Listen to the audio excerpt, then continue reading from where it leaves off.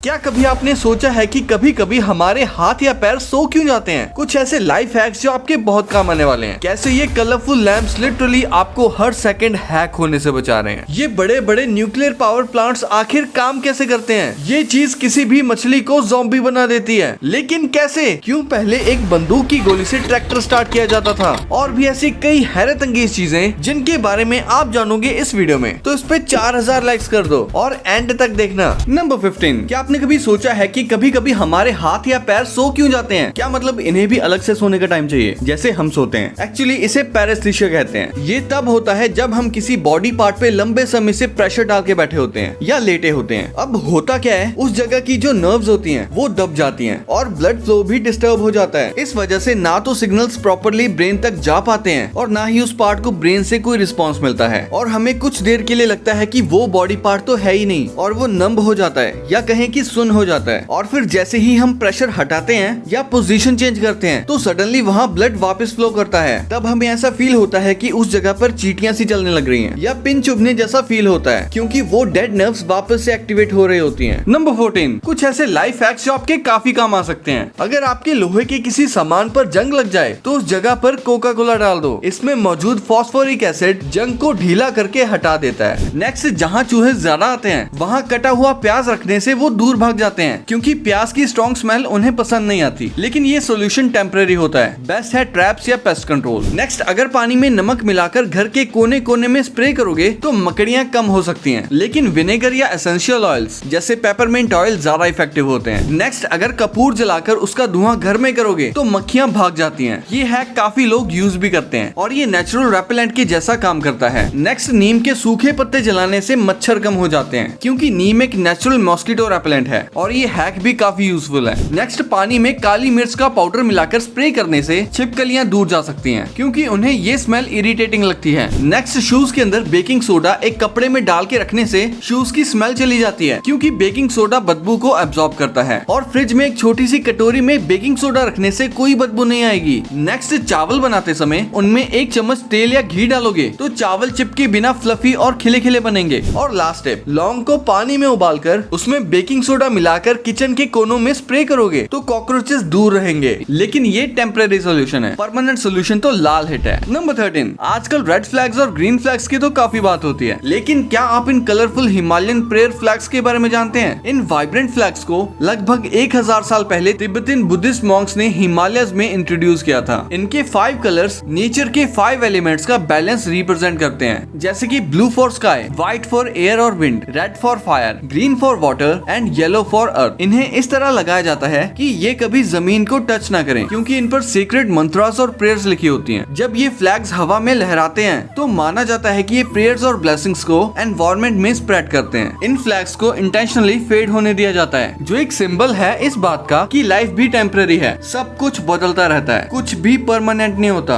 Tibetan new year पर ये पुराने फ्लैग्स रिप्लेस किए जाते हैं और पुराने फ्लैग्स को रिस्पेक्टफुली जला दिया जाता है, ताकि उनकी ब्लेसिंग्स एनवायरनमेंट में रिलीज हो सके। आप इन फ्लैग्स को माउंटेन्स, बुद्धिस्ट मोनेस्ट्रीज और स्पिरिचुअल जगहों पर देख सकते हो और आज ये पीस और स्पिरिचुअलिटी के ग्लोबल सिंबल बन चुके हैं। नंबर 12, ये है दुनिया का सबसे हैवी तोता, काकापो, जिसका वजन लगभग 4 किलो तक होता है। हाँ, एक छोटे डॉग जितना, लेकिन इतना भारी होने के चक्कर में बेचारा उड़ नहीं सकता। इनके विंग्स छोटे होते हैं और बॉडी इतनी हैवी कि हवा में उड़ ही नहीं पाते। लेकिन कमाल की बात ये है कि ये पेड़ों पर चढ़ने में एक्सपर्ट होते हैं, जमीन से लेके ब्रांचेस तक कूद कूद के पहुंच जाते हैं। एक समय था जब काकापो न्यूजीलैंड के जंगलों में एक सक्सेसफुल और कॉमन हर्बीवोर था। ये अपनी स्ट्रॉन्ग चोंच से पौधे तोड़ के लीव्स और फ्रूट खाकर सरवाइव करता है। लेकिन फिर आए ह्यूमंस और साथ लाए अपने pets, cats, dogs, rats etcetera, और ये सब काकापो के बिगेस्ट एनिमीज बन गए। काकापो चुप रहकर बचने की कोशिश करता है, लेकिन प्रेडेटर्स उसकी स्मेल से उसे ढूंढ लेते हैं। आज ये रेयर बर्ड सिर्फ कुछ ही प्रेडेटर फ्री आइलैंड्स पर मिलता है, जैसे कॉडफिश आइलैंड और एंकर आइलैंड, जहाँ इनकी स्पेशल कंजर्वेशन होती है। बाकी बात करें ब्रीडिंग की, तो ये बर्ड हर साल बच्चे नहीं देता। ये सिर्फ तब ब्रीड करता है जब एक खास ट्री, रिमू ट्री, फ्रूट देता है, जो हर 2-4 साल में होता है। और इनका लाइफ स्पैन तो कमाल का है। कुछ काकापो तो 90 से 100 साल तक भी जी चुके हैं। लेकिन अब हालात ये है कि जंगल में सिर्फ 244 काकापो बचे हैं, और अगर फ्यूचर में प्रोटेक्शन एफर्ट्स ना हुए तो हो सकता है कि फ्यूचर में ये सिर्फ बुक्स या वीडियोस में ही दिखें। आपको ये तोता कैसा लगा? नंबर 11, क्या होगा अगर हम रबर के टायर टायर हटाकर गाड़ी में ग्लास, मेटल या लकड़ी के टायर लगा दें, क्या ऐसी गाड़ी की स्पीड और इंक्रीज हो जाएगी?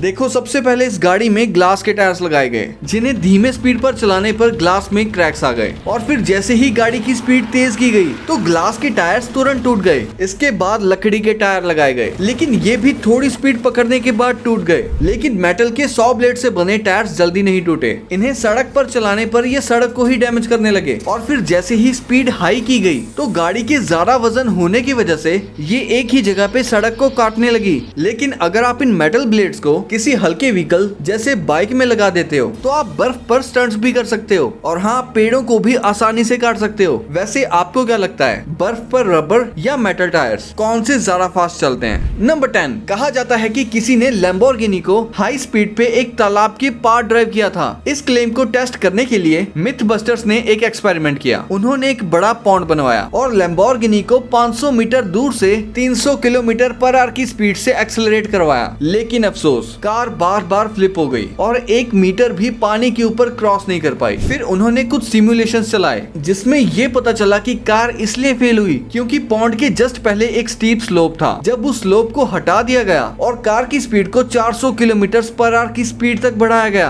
तब जाके एक्सपेरिमेंट सक्सेसफुल हुआ। स्लो मोशन फुटेज में क्लियरली दिख रहा था कि जैसे ही कार के व्हील्स पानी को टच करते वैसे ही वो बाउंस कर जाते, बिल्कुल एक स्किपिंग स्टोन की तरह। नंबर 9, ये हेलमेट तभी एक्टिवेट होता है जब आप गिरते हो। इसका नाम है हाउडिंग, एक एयर बैग हेलमेट जो स्वीडन की कंपनी ने स्पेशली साइक्लिस्ट के लिए बनाया है, जिनको नॉर्मल हेलमेट पहनना अनकंफर्टेबल लगता है। बस इसे अपने नेक कॉलर के फॉर्म में पहनो, और जैसे ही आप गिरते हो इसमें लगे जायरोस्कोप और एक्सेलेरोमीटर सेंसर्स तुरंत मूवमेंट को डिटेक्ट करते हैं। सिर्फ 0.1 सेकंड में ये एयर बैग इन्फ्लेट हो जाता है और आपके सिर को 360 डिग्री की प्रोटेक्शन देता है, सीरियस हेड इंजरी से बचाने के लिए। नंबर 8, आखिर ये बर्ड अपने गले के नीचे से ये बॉल्स जैसी चीज क्यों निकाल रहा है? दरअसल इस बर्ड का नाम है ग्रेटर सेज ग्राउस, और ये जो येलो बॉल्स जैसे स्ट्रक्चर्स दिख रहे हैं वो असल में एयर सैक्स होते हैं, ना कि कोई एक्चुअल बॉल्स। ये बर्ड इन एयर सैक्स को इन्फ्लेट करता है और एक यूनिक पॉपिंग और बूमिंग साउंड बनाता है, जो फीमेल सेज ग्राउस को अट्रैक्ट करने के लिए होता है। बेसिकली ये इसका मेटिंग डांस का पार्ट है। नंबर 7, क्या आपने कभी सोचा है कि ये बड़े बड़े और थोड़े से डरावने न्यूक्लियर पावर प्लांट्स एक्चुअल में काम कैसे करते हैं? एक्चुअली इनके रिएक्टर के अंदर होती है यूरेनियम से भरी रॉड्स जो पानी में डूबी होती हैं। जब रिएक्टर ऑन होता है एक छोटा सा न्यूट्रॉन यूरेनियम एटम से टकराता है और फिर होता है असली मौत का खेल। I mean, एक जबरदस्त एनर्जी बर्स्ट जिससे और भी न्यूट्रॉन्स निकलते हैं। यही न्यूट्रॉन्स दूसरे एटम से टकराते हैं और इस तरह से चेन रिएक्शन स्टार्ट हो जाता है जो huge amount of energy produce करता है। अब इस रिएक्शन को सेफ बनाए रखने के लिए यूज होता है पानी और थिक स्टील बॉल्स का, जो रिएक्शन को कंट्रोल करते हैं। जो एनर्जी बनती है वो पानी को गर्म करके बना देती है स्टीम, और वही स्टीम घुमाती है एक टरबाइन, और टरबाइन चलाता है एक जनरेटर जो बनाता है इलेक्ट्रिसिटी। और हाँ, जो बड़े कूलिंग टावर्स दिखते हैं ना, वो सिर्फ एक्स्ट्रा स्टीम रिलीज करने के लिए होते हैं और सिस्टम को ओवरहीट होने से बचाते हैं। नंबर 6, क्या आपने कभी सोचा है कि ये जो बड़े बड़े कंक्रीट मिक्सिंग ड्रम्स होते हैं, अगर इनमें कंक्रीट अंदर ही सूख जाए तो उसे बाहर कैसे निकालते हैं? तो कुछ ड्रम्स में होता है एक एक्सेस पोर्ट, जिसको खोल के लोग अंदर घुसते हैं और कंक्रीट को कट करके बाहर निकालते हैं। लेकिन अगर ड्रम में एक्सेस पोर्ट ही ना हो तो मजबूरन ड्रम के एक पार्ट को काटना पड़ता है और फिर हैमर से तोड़ तोड़ के कंक्रीट को बाहर निकालते हैं। इसमें घंटों का टाइम लगता है और ड्रम भी काफी डैमेज हो जाता है। पर एक और स्मार्ट जुगाड़ भी है, अगर कंक्रीट फुली हार्ड नहीं हुआ हो तो उसमें डाल देते हैं हाइड्रोक्लोरिक एसिड, जो कंक्रीट को डिसॉल्व कर देता है और ड्रम कुछ ही घंटों में साफ हो जाता है। नंबर 5, इस कारपेट जैसी चीज को अगर कोई गाय खा ले तो वो इतना दूध देगी कि मत पूछो कितना दूध देगी। असल में ये है एक स्पेशल ग्रीन फॉडर जो मिट्टी में नहीं बल्कि लैब के कंट्रोल्ड एनवायरनमेंट में उगाया जाता है और सिर्फ न्यूट्रिएंट रिच वाटर सॉल्यूशन से ग्रो होता है। इसमें ना ज्यादा पानी लगता है ना ही कोई पेस्टिसाइड, और सिर्फ 7 दिन में ये फ्रेश घास रेडी हो जाती है। जब गाय इसे खाती है तो उसे नॉर्मल घास से भी ज्यादा न्यूट्रिशन मिलता है, जिससे गाय के मिल्क प्रोडक्शन में जबरदस्त बूस्ट आ जाता है और फिर गाय दूध की बरसात करने लगती है। नंबर 4, सोचो एक 12 गेज ब्लैंक शॉटगन शेल को ट्रैक्टर के साइड में एक छोटे से होल में डाला जाता है और जैसे ही उस पे हल्का सा हथौड़ा मारा जाता है, ट्रैक्टर स्टार्ट। ये कोई जुगाड़ नहीं बल्कि एक लेजेंड सिस्टम है जिसका नाम है कॉफमैन स्टार्टर, जो 1930s और 1940s में काफी पॉपुलर था। उस टाइम पे बैटरी टेक्नोलॉजी इतनी एडवांस नहीं थी और बड़ी मशीन्स को स्टार्ट करना एक मुसीबत भरा काम था। बार बार हाथ से क्रैंक करना पड़ता था जो काफी थका देने वाला काम था। तभी आए मिस्टर RC कॉफमैन, एक अमेरिकन इंजीनियर, जिन्होंने बनाया ये पावरफुल और यूनिक सिस्टम जो एक एक्सप्लोसिव कार्ट्रिज की मदद से इंजन को तुरंत क्रैक कर देता था। आज भले ही ये रेयर हो गया हो, लेकिन उस टाइम पे ये एक इंजीनियरिंग मार्वल माना जाता था। नंबर 3, अगर कभी किसी मछली के मुंह से कोई अजीब सी चीज निकलती दिखे तो समझ जाना वो मछली एक ज़ॉम्बी बन चुकी है और उसके पीछे हाथ है एक क्रीपी पैरासाइट का, जिसका नाम है साइमोथुआ एक्जिकुआ। ये छोटा सा समुद्री क्रीचर मछली के मुंह के अंदर घुस जाता है और उसकी जीभ का ब्लड चूस लेता है। रिजल्ट, जीभ सूख के गिर जाती है। फिर ये पैरासाइट खुद जीभ की जगह सेट हो जाता है और लिटरली उसका काम करने लगता है। और बात यहीं खत्म नहीं होती, बाद में और पैरासाइट्स आते हैं, मछली के गिल्स में घुस जाते हैं और उन्हें भी खत्म करके कंट्रोल ले लेते हैं। नंबर 2, जैसे ही इस प्लेन का वाटर नॉब ओपन किया जाता है, ये प्लेन हजारों लीटर पानी एक साथ नीचे गिरा देता है। लेकिन सवाल ये है, आखिर इतनी हैवी क्वांटिटी में पानी क्यों गिराया जा रहा है? दरअसल ये कोई नॉर्मल प्लेन नहीं, बल्कि एक वाटर बॉम्बर प्लेन है जो जमीन पर लगी भयानक आग को बुझाने के लिए यूज किया जाता है। आपको जानकर हैरानी होगी कि इतना पानी रिलीज करने के बाद भी